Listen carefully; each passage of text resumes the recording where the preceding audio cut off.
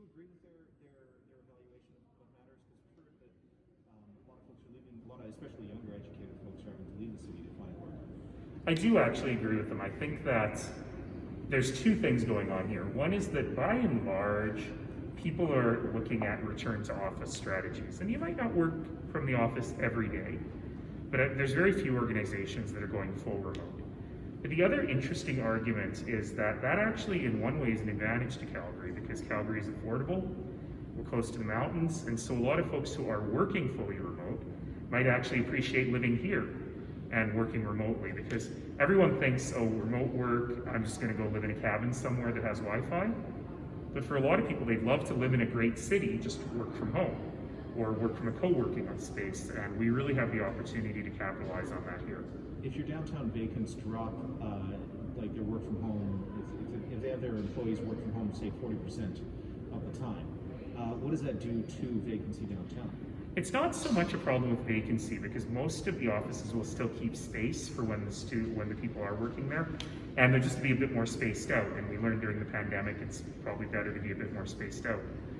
The challenge actually is with transit because our transit system is built to bring people downtown during rush hour every day during the week. And if we see a lot more variance in that, then we're really going to have to rethink the level of transit service throughout the day. But you know, it's a challenge we're very much ready for. Right. Sir, just on the leadership of CED, can you just, now that we've sort of gotten over the departure of Mary Moran, the process, how this goes forward, especially during an election year, new council, new mayor, how does that all work together? Well, the board ultimately hires the CEO. Council appoints the board, which we just did, and the board will hire the CEO. And I understand that they are in market now for a search consultant, and they're looking to move that recruitment forward quite quickly. So could this happen then before the election? I've worked with a lot of recruitment consultants. It's certainly possible. That would be a bit tight. And just to touch upon your comment on The Economist, the city's survey. Yeah. Where was Calgary? Actually, I don't know. I know we're in the top 20, but I don't know what number we're at.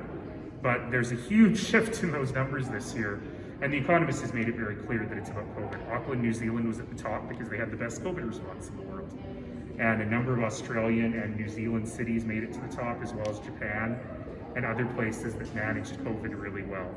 I imagine once that's off the table, we'll go right back to our top ranking. Thank you. Thank you.